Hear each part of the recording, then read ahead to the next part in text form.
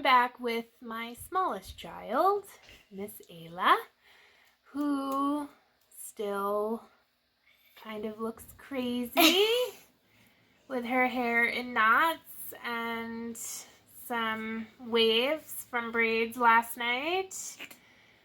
But these things are the worst part. And if you're nervous about cutting bangs at home, there is a couple of things that you should know before you attempt to cut your own or anybody else's bangs so that you don't end up a viral I cut my bangs too short fail, because hopefully this coronation will not last long enough for you to grow out your bangs that you cut too short. So, first things first. Beautiful child, comb the bangs all into her eyeballs to kind of give me an idea of exactly how too long they are. They are definitely way too long. So, and this all depends on where you naturally or normally like to wear your bangs.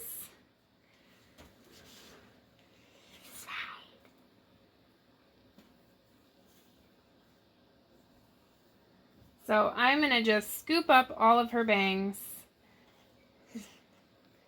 and make sure that I don't have any other long hairs mixed in. We don't want to add hair to her bangs. We only want to trim the bangs that are currently established bangs.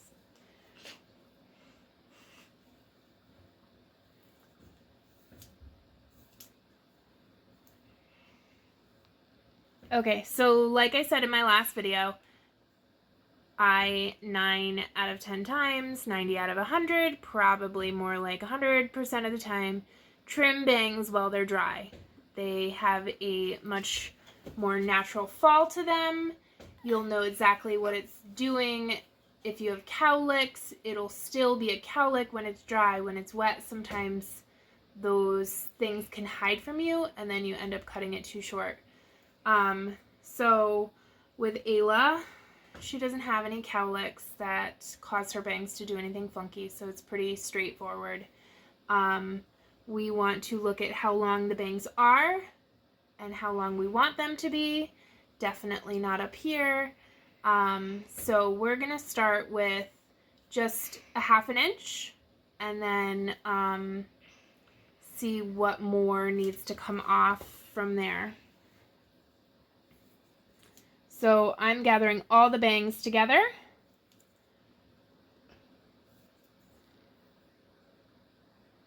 And just like before, you don't want to cut so much that you'll have some home haircut regrets.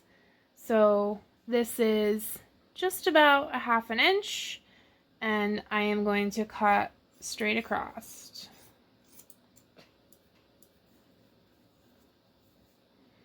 So what you really want to be sure that you're not doing is holding the hair straight out from the head or holding them straight up. See how much shorter they need to go. And I'm going to trim just a tiny bit more. Ayla, stop.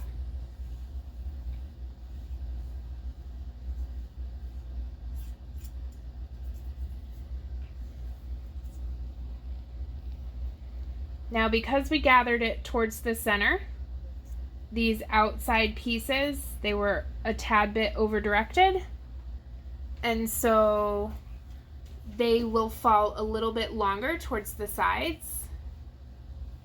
And so we can already see the beautiful child that was hiding underneath that crazy amount of hair. But now this is the next step that makes the bangs a little bit better and lighter, especially if you have a full bang like Ayla does. Now we are going to gather all the bangs. Same thing, we're going to gather towards the center, and we're going to pull it straight up away from her head like this. So the longest piece of hair you can see is falling out And now I'm going to take another 1/2 inch off of this. And now this is going to be the shortest layers of her bangs. They will be shorter than the rest of the length that we cut down this way. Over directing it up like this makes them stop. Makes them have a little bit of a layer and a little bit more movement. Is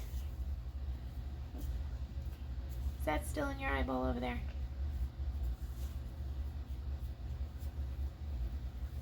Now let's see. Oh, she's so pretty. Very easy, very simple. No tears, no 2 months of growing out the bangs. Just hold it straight down. Don't hold it like this on your forehead and cut across like this, because then when you let go and it fluffs up, it'll be much shorter again. You want to hold the hair down towards the face. Only cut a little bit at a time. And then when you have the length where you want it, pick it all up, straight up from your head, and you can take that same amount, 1/2 inch off, and that'll help keep them from looking like a helmet. Somebody's tired. No. Can you say goodbye?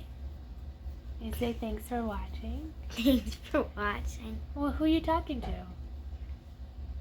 Oh, me? Oh. Bye. Thanks for watching. Oh, good.